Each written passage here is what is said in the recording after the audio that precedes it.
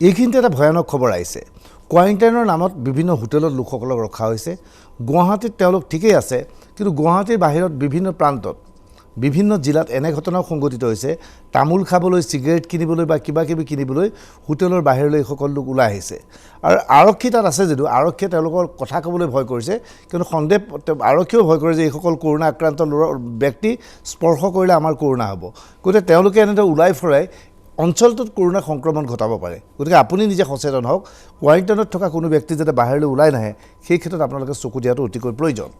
আজিৰ তাৰিখত আমি সকলোৱে জানো, দেখুৱাইছোঁ যে ভাৰতবৰ্ষত কৰোণা আক্ৰান্তৰ সংখ্যা প্ৰায় 1.5 লাখৰ ওচৰা-ওচৰি। কিন্তু যি কৰোণা উৎপত্তি হৈছিল চীনত, সেই চীনৰ আজি কৰোণা আক্ৰান্তৰ সংখ্যা কিমান সেয়া জানিলে আপুনি আচৰিত হ'ব। চীনে আজিও দাবী কৰিছে যে চীনত কৰোণা আক্ৰান্তৰ সংখ্যা 82,000, অৰ্থাৎ 80,000ৰ ওচৰা-ওচৰি। এই সংখ্যা তেওঁলোকৰ বৃদ্ধি পোৱা নাই। স্বাভাৱিকতে প্ৰশ্ন হৈছে, চীনে কি যাদু কৰিলে যে কৰোণা আক্ৰান্তৰ সংখ্যা তেওঁলোকে হ্ৰাস কৰিবলৈ সক্ষম হ'ল, বৃদ্ধি কৰাত তেওঁলোকে বাধা প্ৰদান কৰিলে? আচলতে চীনে এয়া ফাঁকি দিছিল নেকি?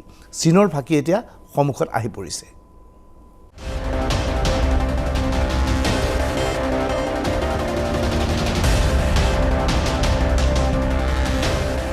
কৰোণা সংক্ৰান্তত চীনে সত্য কৈছে নে মিছা কৈছে?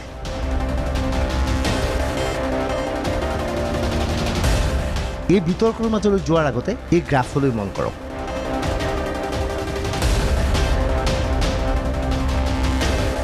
চীনত কৰোণা আক্ৰান্তৰ সংখ্যাৰ এয়া গ্ৰাফ হয়। 22 জানুৱাৰীৰ পৰা এই চাৰ্টখন আৰম্ভ হৈছে।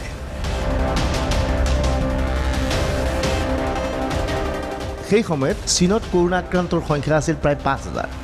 পৰৱৰ্তী সময়ত দেখা গৈছে 1 মাৰ্চত এই সংখ্যা 80,000লৈ বৃদ্ধি পাইছে।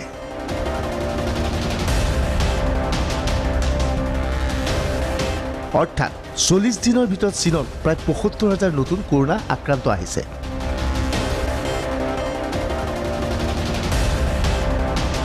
যদি সেই হিচাপটো চোৱা যায়, গড়ে 2000কৈ প্ৰতিদিনে কৰোণা আক্ৰান্তৰ সৃষ্টি হৈছে।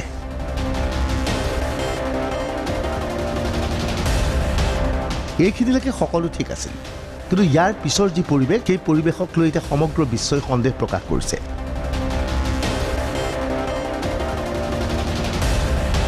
সন্দেহ প্ৰকাশ কৰিছে এই গ্ৰাফক লৈ।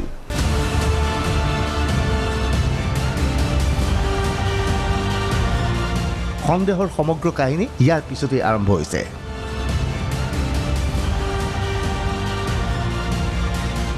1 মাৰ্চ পৰ্যন্ত চীনত কৰোণা আক্ৰান্তৰ সংখ্যা আছিল 80, কিন্তু 22 মে'ত এই সংখ্যা হৈ গৈ 83।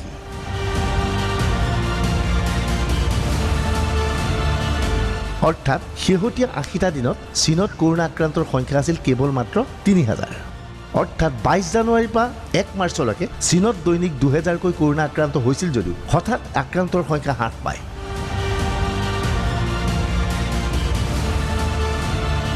দৈনিক আক্ৰান্তৰ সংখ্যা হৈ পৰে গড়ে 35 জনকৈ।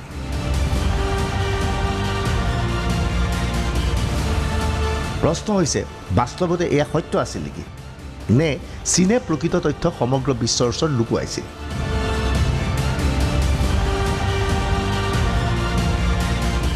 ৰ'ব তেনেহ'লে জানি লওক। চীনৰ ভিতৰৰ পৰা কৰোণা আক্ৰান্তৰ শেহতীয়া যি তথ্য সন্মুখলৈ আহিছে, সেই তথ্যই আচলতে চীনৰ মুখা খুলি পেলাইছে।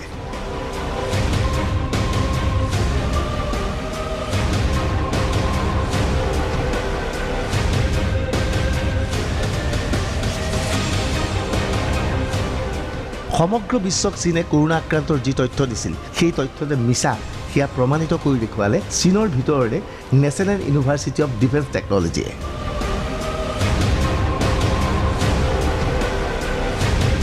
এতিয়া যি সংখ্যা সন্মুখলৈ আহিছে, সেই সংখ্যাই আপোনাক সচকিত কৰি তুলিব।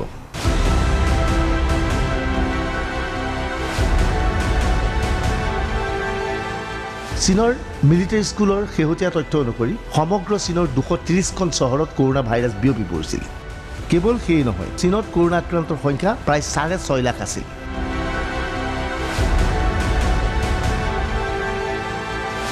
কিন্তু চীনে এতিয়াও দাবী কৰিছে চীনত কৰোণা আক্ৰান্তৰ সংখ্যা 1 লাখ নহয়। অৰ্থাৎ প্ৰায় 5.5 লাখ কৰোণা আক্ৰান্তৰ তথ্য লুকুৱাইছিল চীনে।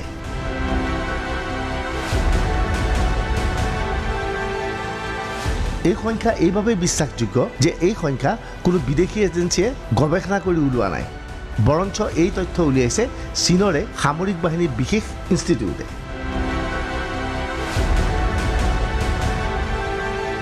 এনে অৱস্থাত প্ৰশ্ন হয়, চীনত যদিহে সঁচাকৈ কৰোণা আক্ৰান্তৰ সংখ্যা 6,40,000 আছিল, তেনেহ'লে চীনে এই সংখ্যা লুকুৱাইছিল কিয়?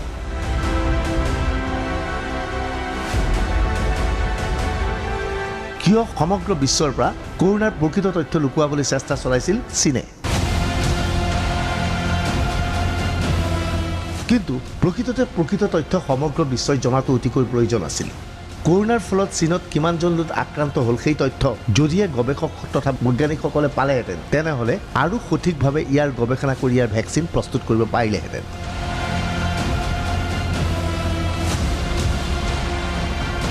সমগ্ৰ বিশ্বৰ কৰোণা আক্ৰান্তৰ দেশসমূহক যদি আপুনি পৰ্যালোচনা কৰে, তেনেহ'লে গম পাব আজিৰ তাৰিখত বিশ্বৰ 10ম স্থানত আছে ভাৰতবৰ্ষ। ইয়াৰ বিপৰীতে চীন বহু তললৈ নামি গৈছে, অৰ্থাৎ চীনৰ তুলনাত ভাৰতত এতিয়া কৰোণা আক্ৰান্তৰ সংখ্যা অধিক।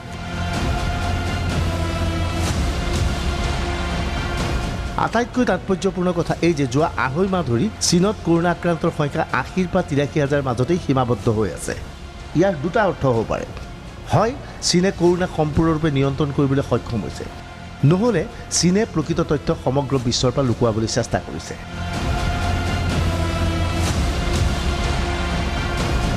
এই পৰ্যন্ত কোনেও কৰোণাৰ ভেকচিন প্ৰস্তুত কৰিব পৰা নাই। বিশ্বৰ প্ৰায় সকলো দেশে লকডাউন অব্যাহত ৰাখিছে।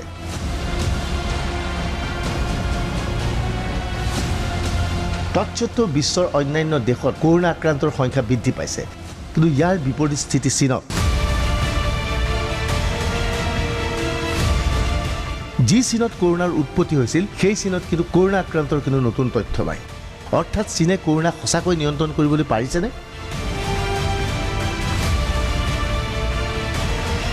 চীনৰ ভিতৰ চৰাত প্ৰকৃততে কি হৈছে সেই কথা বাহিৰৰ লোকে জনাটো সম্ভৱপৰ নহয়, যেনেকৈ সম্ভৱপৰ নহয় দক্ষিণ কোৰিয়াৰ ভিতৰত সংঘটিত ঘটনা।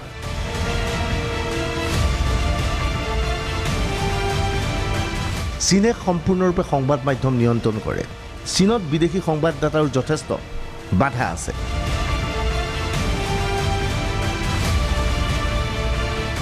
এনে অৱস্থাত চীনে যি কয় তাকেই বিশ্বই মানিবলৈ বাধ্য হয়। কিন্তু প্ৰকৃততে চীনে 6,40,000 লোক কৰোণাত আক্ৰান্ত হোৱাৰ পিছত 1 লাখতকৈ কম লোক কৰোণাত আক্ৰান্ত হৈছিল বুলি মিছা কথা কৈছিল কিয়?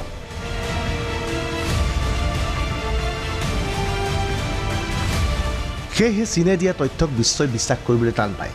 কিন্তু এতিয়া নেশ্যনেল ইউনিভাৰ্চিটি অৱ ডিফেন্স টেকনলজিৰ শেহতীয়া পৰিসংখ্যাই সকলো তথ্য সন্মুখলৈ আহিছে। লগে লগে সকলোৱে সন্দেহৰ দৃষ্টিৰে পুনৰ চাবলৈ বাধ্য হৈছে চীনক।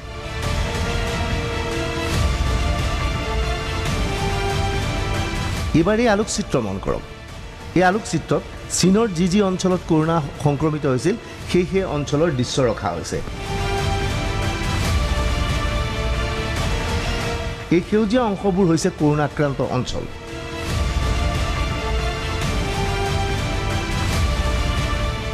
সমগ্ৰ বিশ্বই জানে চীনৰ প্ৰকৃত তথ্য নেশ্যনেল ইউনিভাৰ্চিটি অৱ ডিফেন্স টেকনলজিৰ লগতেই থাকে। সমগ্ৰ বিশ্বই এই অনুষ্ঠানটোক ভৰসা কৰে। এইখিনিতে প্ৰশ্ন হয়, চীনত যদিহে কৰোণা আক্ৰান্তৰ সংখ্যা বেছি আছিল, চীনে লুকুৱাইছিল কিয়?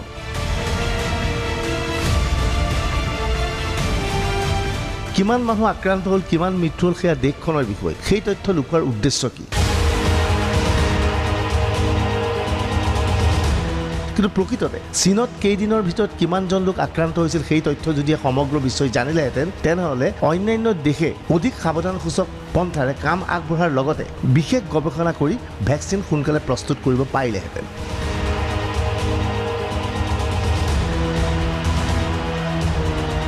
যিহেতু চীনত এই কৰোণাৰ উৎপত্তি হৈছিল, গতিকে কেনেকৈ এই কৰোণাই মানুহক প্ৰভাৱান্বিত কৰে বা সংক্ৰমিত কৰে তাৰ তথ্য বিতংভাৱে উদ্ধাৰ কৰিবলৈ সক্ষম হ'লহেঁতেন সমগ্ৰ বিশ্বই, যদিহে চীনে কৰোণাৰ ফলত আক্ৰান্ত লোকৰ প্ৰকৃত তথ্য সমগ্ৰ বিশ্বক অৱগত কৰিলেহেঁতেন।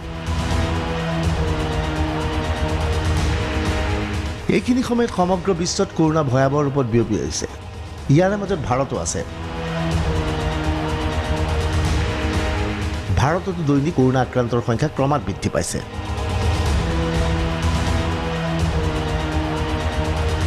এইবাৰ এই গ্ৰাফলৈ মন কৰক চীনত দৈনিক কৰোনা আক্ৰান্ত লোকৰ সংখ্যাৰ গ্ৰাফ এয়া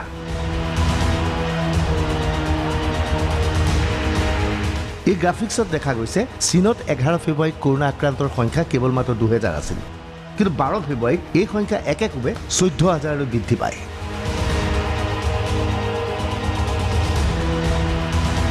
অৰ্থাৎ কেৱল এটা দিনতে চীনত 12000 কৰোনা আক্ৰান্তৰ নতুন তথ্য সন্মুখলৈ আহিছিল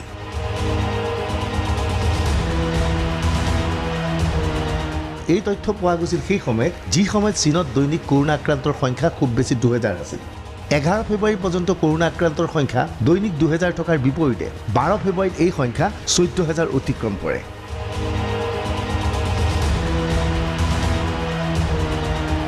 ইয়াৰ অৰ্থ হৈছে 12 ফেব্ৰুৱাৰীত একেদিনাই 12000 নতুন কৰোনা আক্ৰান্তৰ সংখ্যা পোৱা যায় চীনত কিন্তু তাৎপৰ্যপূৰ্ণভাৱে ইয়াৰ পিছতেই পৰিৱেশ পৰিস্থিতি সলনি হয়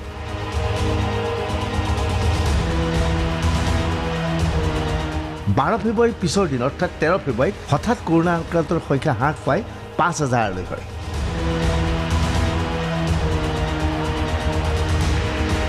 আৰু ইয়াৰ পিছত ক্ৰমাৎ কৰোনা আক্ৰান্তৰ সংখ্যা চীনত কমি কমি কাৰ্যত শূন্য হৈ যায় 12 ফেব্ৰুৱাৰীৰ পিছৰ দিনা অৰ্থাৎ 13 ফেব্ৰুৱাৰীত কৰোনা আক্ৰান্তৰ সংখ্যা 5000 হোৱাৰ পিছত লাহে লাহে সংখ্যা কমি যায় 2000 1500 1000 500 আৰু শেষত কৰোনা আক্ৰান্ত কাৰ্যত শূন্য বুলি দেখুওৱা হয়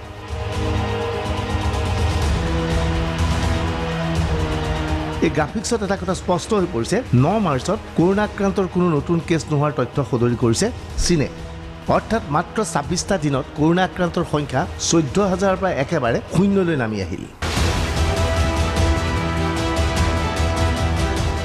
এইখিনিতে প্ৰশ্ন হয় 12 ফেব্ৰুৱাৰীত প্ৰকৃততে কি হৈছিল কিয় হঠাৎ 12 ফেব্ৰুৱাৰীত কৰোনা আক্ৰান্তৰ সংখ্যা 14000লৈ বৃদ্ধি পাইছিল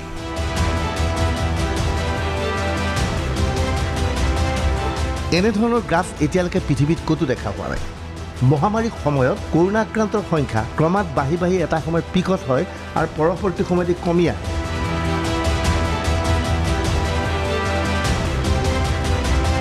কিন্তু একেদিনাই 14000 উঠি গৈ পিছৰ দিনা 5000লৈ হ্ৰাস পোৱাটো ৰহস্যজনক ঘটনা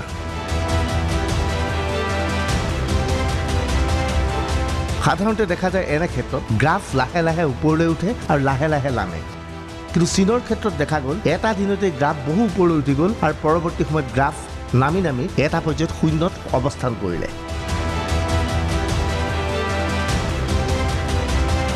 স্বাভাৱিকতে এই কথাত বিশ্বই মুঠে বিশ্বাস কৰিবলৈ টান পালে আচলতে সমগ্ৰ ঘটনাটো এনে ধৰণৰ 12 ফেব্ৰুৱাৰীত চীনে হুবাইত কৰোনাৰ টেষ্ট কৰিবৰ বাবে চিটি স্কেন ব্যৱহাৰ কৰিছিল চিটি স্কেন ব্যৱহাৰ কৰাৰ লগে লগে দেখা গৈছিল যে কৰোনা আক্ৰান্তৰ সংখ্যা 14000লৈ বৃদ্ধি পাইছে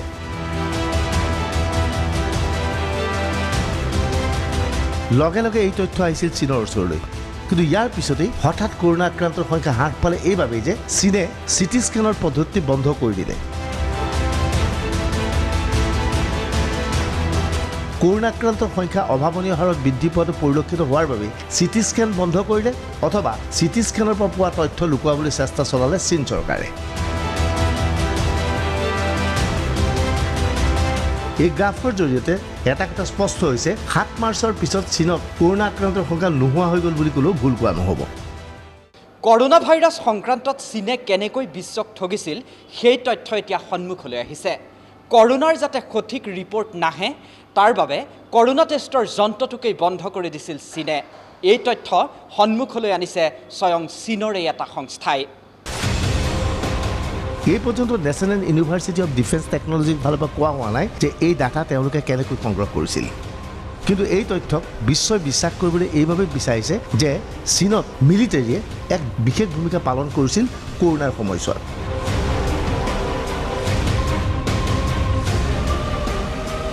মিলিটাৰী তথা চিকিৎসকসকলৰ ফালৰ পৰা কৰোনা আক্ৰান্তক পৰীক্ষা কৰাৰ লগে লগে তেওঁলোকৰ টেষ্টিং কৰিছিল তেওঁলোকে আনকি কোৱাৰেণ্টাইন তথা অন্যান্য যাত্ৰাৰ বাবে ব্যৱহৃত হৈছিল চীনৰ সামৰিক বাহিনী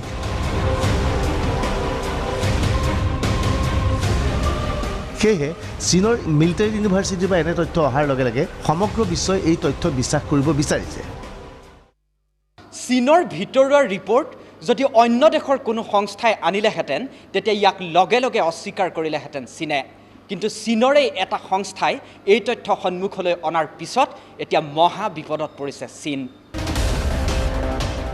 নেশ্যনেল ইউনিভাৰ্চিটি অৱ ডিফেন্স টেকনলজিয়ে তেওঁলোকৰ ৱেবছাইটত এই তথ্য সদৰি কৰিছিল।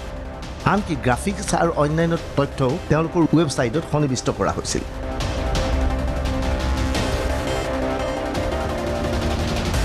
এইখন বিশ্ববিদ্যালয় জনসংযোগ বিভাগৰ ফালৰ পৰা এয়া প্ৰকাশ কৰা হৈছিল, কিন্তু তেওঁলোকৰ এই তথ্যত আমেৰিকা যুক্তৰাষ্ট্ৰই চাব পৰা নাছিল।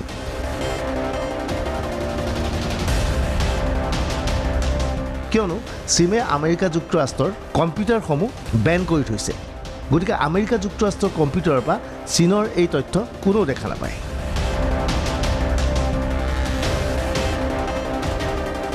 কিন্তু মিলিটাৰী ইউনিভাৰ্চিটিৰ এই তথ্যক এতিয়াও স্বীকাৰ কৰা নাই চীন চৰকাৰে। চীন চৰকাৰে স্বীকাৰ কৰিবনো কেনেকৈ?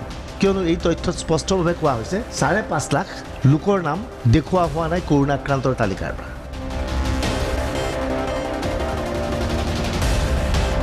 চীনক বিশ্বাস কৰিব পৰা যায় কেনেকৈ? এইবাবেই চীনক সন্দেহ কৰা হয় যে এপ্ৰিল মাহত চীনে কৰোণা আক্ৰান্তৰ তথ্যৰ ক্ষেত্ৰত খেলি মেলি কৰাৰ গুৰুতৰ অভিযোগ উত্থাপন হৈছিল।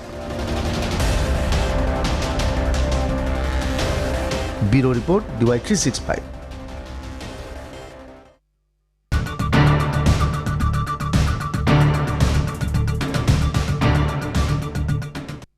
কোৱাৰেণ্টাইন কেন্দ্ৰ সংক্ৰান্তত এইবাৰ পৰা ৰাজ্য চৰকাৰ অধিক কঠোৰ হ'ব।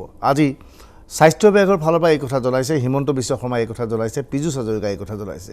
লগতে আন এক খবৰ আছে যে এতিয়াৰ পৰা অসমত গাহৰিৰ বিক্ৰীৰ ওপৰত যি নিষেধাজ্ঞা আছিল সেয়া প্ৰত্যাহাৰ কৰা হৈছে। সেয়া আমি দেখুৱাম এটা বাণিজ্যিক বিৰতিৰ পিছত।